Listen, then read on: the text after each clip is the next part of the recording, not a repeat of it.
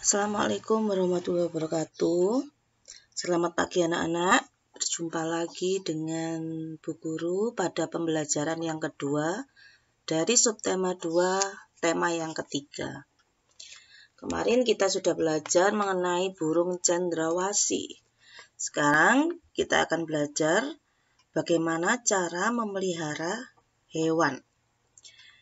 Setelah kamu membeli hewan, kamu tidak harus membiarkannya, tapi seperti halnya dengan tanaman, kamu juga harus merawatnya. Hewan pun juga begitu. Hewan termasuk makhluk hidup yang perlu disayangi sehingga kita harus memeliharanya. Hewan itu termasuk sumber daya alam yang dapat diperbarui. Jadi jika kita merawatnya, menyayanginya, maka lama-kelamaan hewan yang kita pelihara akan banyak. Misalnya hanya ada satu pasang merpati misalnya nih ya. Satu pasang merpati, jika kita beri makan, kita sayangi, maka akan ada anak-anak merpati yang lain. Kali ini kita akan membahas bukan tentang burung lagi, kita akan membahas tentang hewan peliharaan lainnya. Kita baca dulu bersama-sama cerita tentang Dayu dan si Mungil. Sudah sejak lama Dayu ingin punya hewan. Hewan peliharaan. Dayu ingin memelihara kucing. Dulu ibu berjanji Dayu boleh memelihara kucing ketika Dayu sudah cukup besar. Kata ibu, Dayu bisa mempunyai hewan peliharaan jika sudah mandiri dan bisa bertanggung jawab. Sekarang Dayu sudah kelas 4 SD. Senang sekali hatinya ketika suatu hari ibu memberinya izin untuk memelihara seekor kucing. Setiap sore, kucing belang berwarna hitam coklat itu berkeliaran di halaman rumah Dayu. Dayu memberinya nama si Mungil, sesuai dengan tubuh mungilnya. Benar kata ibu, ternyata memelihara hewan membutuhkan tanggung jawab. Seandainya Dayu masih kecil, belum mandiri dan belum bisa mengurus diri sendiri, tentu si Mungil menjadi tidak terurus. Setiap hari Dayu bertanggung jawab untuk memberi makan si Mungil. Dayu juga harus menjalankan kewajiban untuk membersihkan kotoran si Mungil. Ibu juga meminta Dayu untuk rutin membersihkan keranjang tidur si Mungil. Dayu pun menjalankannya dengan senang hati. Ia sayang pada si Mungil. Dayu tahu ia harus memberinya hak si Mungil untuk hidup terurus, nyaman, dan senang tinggal bersama Dayu. Ibu memberi Dayu hak memelihara hewan. Dayu pun harus menjalankan kewajiban untuk mengurus si Mungil. Di dalam bacaan yang kita baca bersama-sama tadi, ada hak dan kewajiban serta tanggung jawab. Kembali lagi ke hak. Hak adalah sesuatu yang diterima mulai dari kita lahir atau sebelum kita lahir. Kalau kewajiban, sesuatu yang harus kita laksanakan. Kewajiban itu sama seperti dengan tanggung jawab. Tanggung jawab itu tugas yang dibebankan kepada kita. Jadi, Dayu mempunyai hak untuk memelihara hewan. Dan Dayu pun berkewajiban untuk memeliharanya. Dayu diberi hak oleh ibu untuk memelihara seekor kucing. Jadi Dayu berkewajiban untuk memelihara kucing tersebut. Misalnya, harus membersihkan kotoran kucing. Ini kewajiban Dayu kepada si Mungil, membersihkan kotoran kucing. Membersihkan keranjang tidur si Mungil supaya bersih. Harus sayang pada si Mungil. Memberi makan. Nanti kalau si Mungil tidak diberi makan, maka akan tidak terurus dan mati. Itu adalah beberapa hak dalam beberapa kewajiban dalam memelihara kucing. Kucing itu salah satu hewan yang banyak dipelihara oleh masyarakat. Masyarakat itu paling banyak memelihara kucing. Jadi setiap orang itu berhak memelihara hewan peliharaan dan berkewajiban merawat hewan tersebut. Jadi hak dan kewajiban dalam memelihara hewan tersebut harus dilaksanakan secara seimbang. Kucing itu mungkin tampak seperti hewan peliharaan yang mandiri, tapi hewan ini membutuhkan perawatan agar tumbuh baik dan bisa diatur. Bagaimana cara merawat kucing? Memberi makanan dan minuman yang layak. Kemudian bawalah kucing ke dokter hewan untuk pemeriksaan kesehatan tahunan. Ini akan membantu mendeteksi penyakit kucing sebelum kondisinya semakin parah. Jika kamu baru saja mendapat anak kucing, bawalah anak kucing tersebut ke dokter hewan, kemudian diberi vaksin. Vaksin itu imunisasi 2-3 kali. Minimal untuk penyakit distemper atau rabies. Jadi biar kucing kalau gigit itu tidak menimbulkan rabies pada pemiliknya, jadi harus divaksin dulu. Berusaha sesering mungkin untuk membersihkan bulu kucing. Bulu kucing yang nempel-nempel di tempat tidur, di lantai, kemudian di kursi harus dibersihkan biar tidak mengganggu saluran pernafasan manusia. Biar pemiliknya tidak asma, sesak nafas. Kamu dapat menggunakan sisir yang giginya tidak rapat untuk bulu kucing yang panjang dan sisir bergigi rapat untuk bulu kucing yang pendek. Jadi kucing juga perlu disisir supaya bulunya tidak menggumpal. Untuk anak kucing, gunakan sikat yang lebih kecil dan lembut. Pastikan kucing mempunyai tempat sendiri.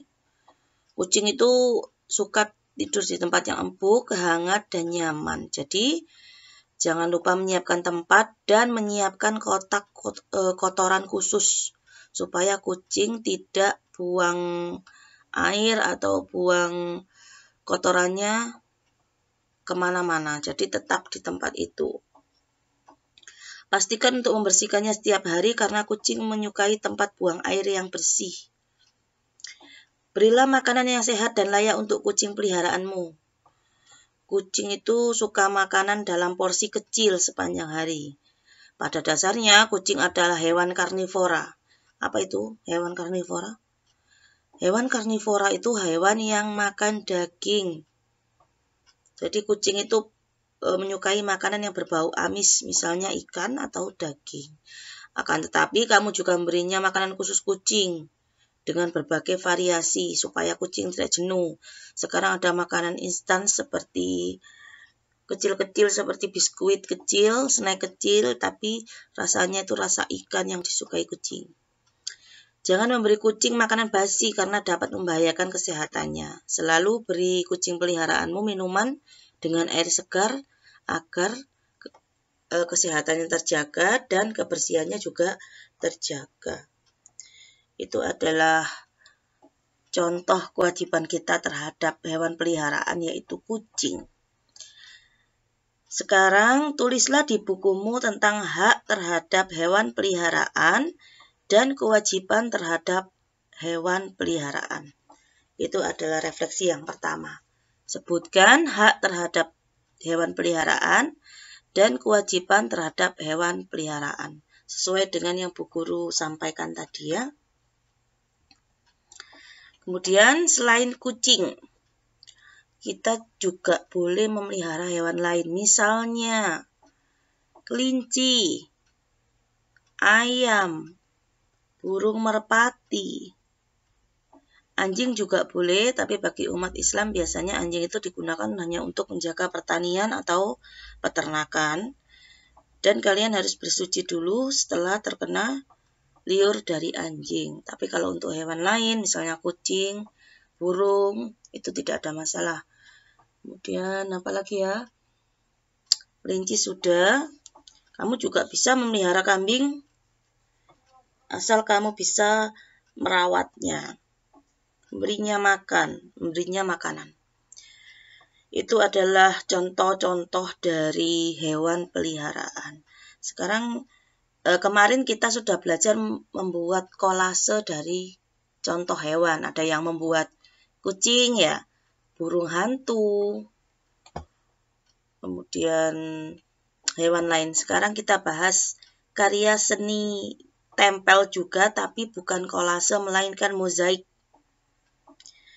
Kalau mozaik itu pembuatannya karya seni rupa 2 dimensi yang menggunakan bahan yang disusun dan ditempel sama seperti kolase, tapi bahannya hanya satu jenis.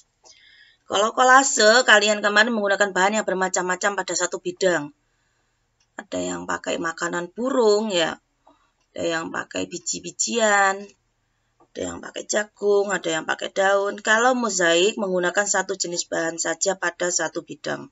Misalnya kalau kalian menggunakan kacang hijau, berarti kalian hanya menggunakan kacang hijau itu. Misalnya kalau buat burungnya warnanya coklat bagaimana? Berarti kacang hijaunya harus diberi warna terlebih dahulu. Kalau butuh warna merah, diberi warna merah dengan pewarna makanan ya. Kalau kolase, proses pembuatannya banyak menggunakan variasi atau teknik dengan dilem, las, dipaku, dan dimasukkan agar dapat menyatu. Tapi kalau mozaik, proses pembuatannya dengan cara membuat potongan-potongan dari bahan lalu ditempel. Kan ada itu porselen atau keramik, pecahan-pecahan keramik kemudian disusun kembali menjadi gambar yang indah.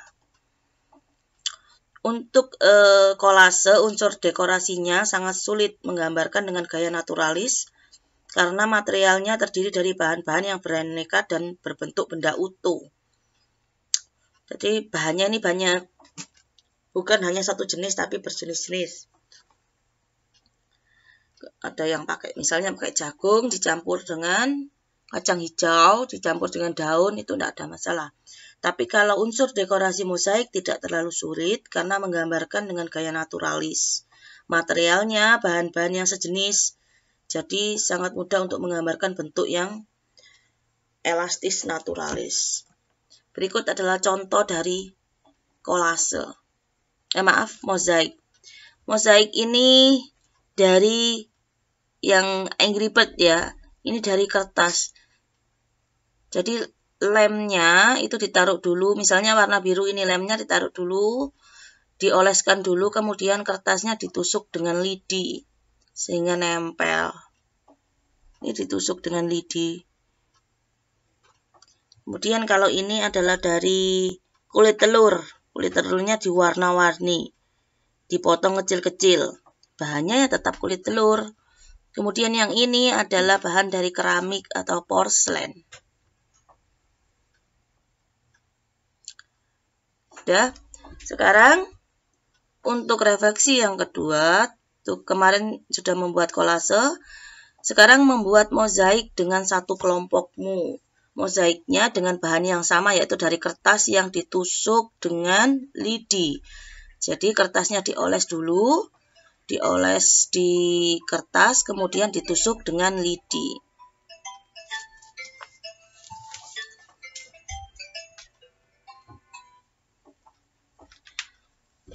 Untuk bahan sama, kita pakai kertas saja. Kemudian untuk gambar, kalian bebas menggambar apa saja.